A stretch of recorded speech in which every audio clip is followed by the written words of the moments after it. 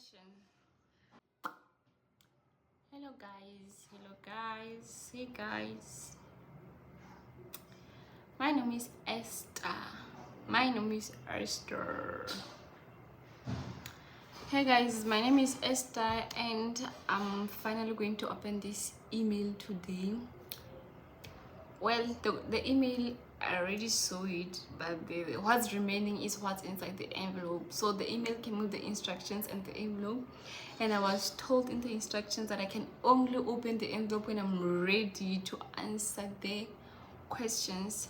They didn't tell me what the questions are about, but I think, yeah, today I'll just open. So here it reads, yeah, it's the envelope. It reads, Dear Esther, dear Esther, right? Like, okay, no problem.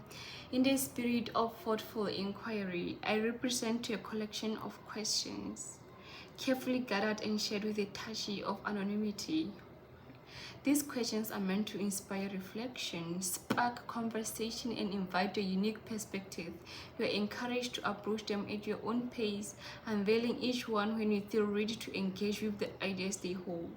May this be an enriching experience, and may the answers lead to meaningful discoveries.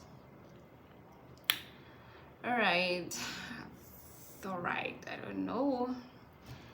So here the question begins. I don't know if they're really put in parts. I've never received this kind of a surprise. It is a surprise or whatever it is. So you guys, you should just bear with me.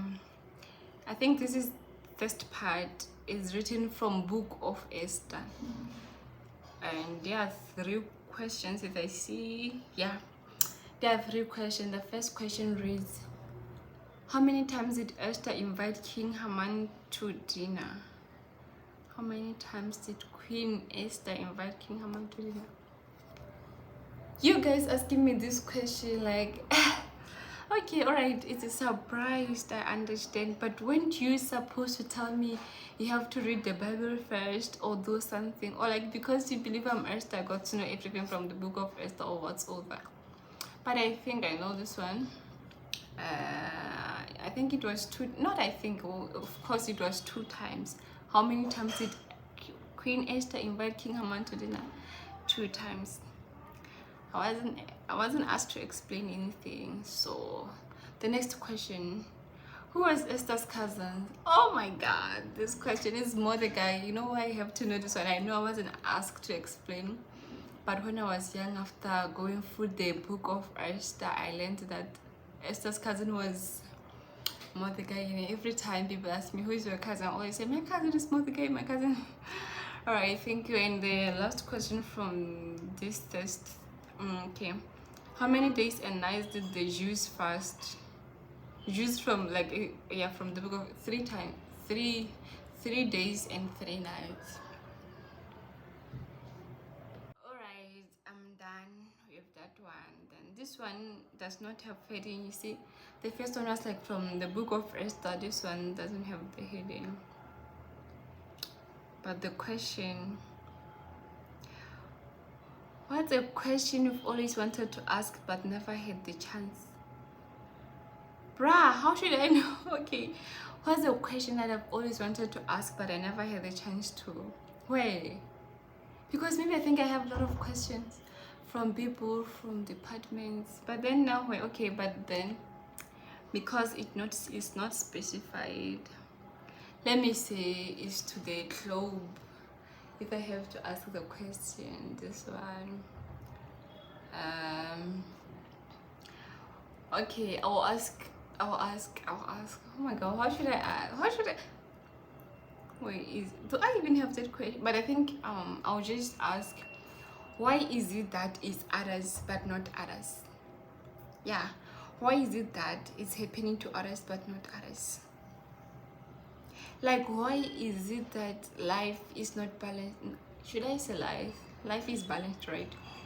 Why is it that in this world things are not balanced, especially when it comes to individuals, especially when it comes to people? Yeah, you get it, man. I think I'm done with the question. It was a question I've always wanted to ask but never had to ask. But anyway, it's not like I've always wanted to ask, it just came into my mind. But like, if I have to ask the question, yeah, I'll just ask this one. Unless I'm going to meet another question here that is saying that, oh my god. And then the next question, what is your favorite color and why? This is personal. What if I don't want to talk about my favorite whatever is? But my favorite color is blue. Why is it that your favorite color is blue? Because according to me, when I look at the sky is blue. When I look at our flag, we have blue. Nah. Wait, how should I answer this question? I actually have the answer, but then okay, my favorite color is blue. I'm actually in love with blue. The reasons being, me looking at blue, I see prosperity through blue. To me, blue is like prosperity. But from where I'm from, blue represents rain. And you know, if rain falls, it's like a fall of success. Yeah, because fall of success or fall of blessings, that's what I'm saying. Blue comes with prosperity thing. Yeah, and you know, it's kind of a light color, not dark. Of course, I love it. You guys, this is too personal. Okay, the next question. What does faith mean to you in difficult times? What does faith means to me in difficult times? What does faith mean to me in difficult times? Meaning when I'm in troubles, when life is kinda crooked, so me having to use my faith. Okay, faith during difficult times to me is like a shield that protects me from the danger. Yeah. Yo, Jesus Christ. The next question, how do you handle moments of doubt or uncertainty? How do I handle moments of doubt or uncertainty? Oh, this is actually a test. I think this is like a life skills test. Okay, moments of doubt or uncertainty. You know what I do? I breathe in, I breathe out, I close my eyes, I look in the sky, I'm like, what should I do? Where should I go? Should I go to the left or should I go to the right? That's how I handle moments of doubt and uncertainty. I still feel like I didn't answer it well, but yeah, it's okay. Next question, how do you personally define love, not just in romance, but in all relationships?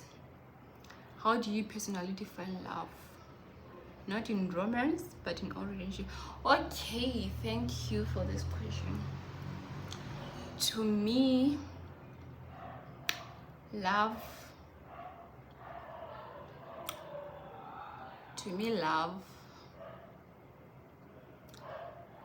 is the kindness you are going to show to someone. Working together or whatever, but being in peace without you being jealous for one another. That's what I define love. Like we working together, being grateful for each other's achievement.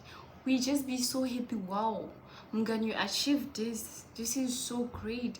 And no jealous or doubt. Even if you did not achieve that, but you're just like, trust the process. Yeah, trust the process. It is not yet my time, but I'm happy that is your time. Like, I feel like if I have to define love, I think it's a peace, kind, without jealousy. Next question, how do you stay true to yourself in challenging situations? How do I stay true to myself in like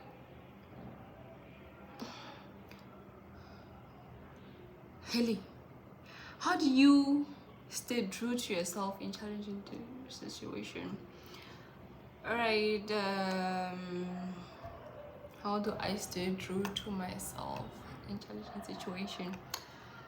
Uh, Knowing who I am, knowing my goals and my dreams and what I have to achieve, knowing despite any challenges, despite anything, I need to reach the goals I've set. Knowing that I have to go through everything and still make it to the end. Yeah, you know, I think what should I think? We having goals and like being sure of our goals, like, yeah, regardless of what is happening, regardless if the world is turning upside down, just know that still I want to do this. Okay.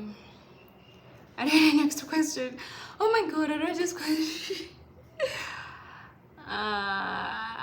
Are you in any relationships? Oh, thank you. Relationships. Are you in any relationships right now? Of course I am.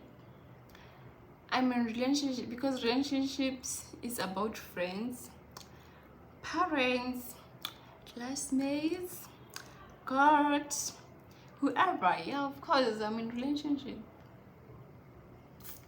Yeah, I have those relationships. I have relationships with my friends, my relatives, those people who talk to me when they miss me. It's a relationship with God, the strongest relationship I have, and relationship with people around me.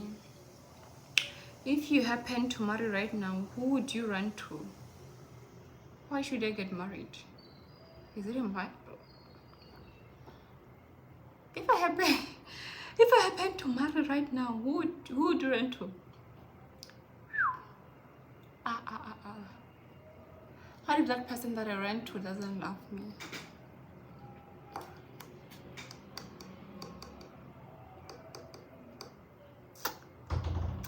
But let me be true for once. I'll run to my crush. You know, guys, I have a crush. And I'm still planning. One day I'm going to expose him. One day I'm going to expose him. I think the world needs to know. The world needs to know that I have a crush. And I don't want it to just be a crush. I want it to be... Okay. So here we have like... You're so close. Just 3 more to go. I really appreciate you taking the time to answer this, and I hope you're enjoying them as much as I enjoyed coming up with them for you. Take your time and looking forward to your frogs. Oh, so I'm left with 3 finally. So the last 3 questions.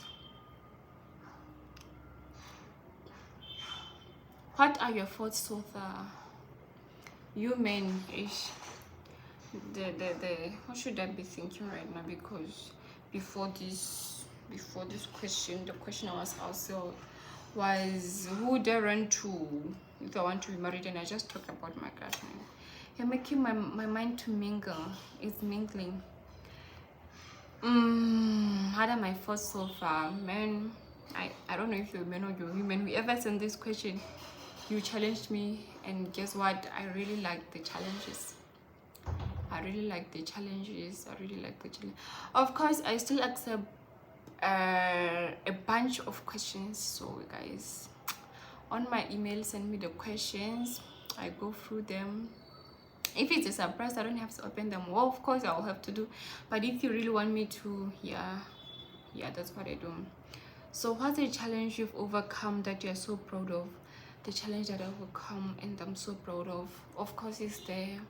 Me being able to stand for myself, like especially when it comes to saying no. Yeah, you know, I used to be scared of saying no. I just do things because I was told to, or because I feel like I need to feel sorry for somebody. But right now, I'm very proud to say, if I have to say no, I say no. I'm able to stand for myself, although sometimes I still keep things in my heart and then I never let them out. Yeah, that's a challenge I'm proud that I overcame. And the last question is says wrap it up with passion. Okay, passion. Passion is more than just a fleeting emotion. It is the driving force behind greatness. It is what makes ordinary people achieve extraordinary things. Passion is the heartbeat of ambition, the fire that fuels persistence, and the spark that transforms dreams into reality. Passion is what keeps you going when the road gets tough.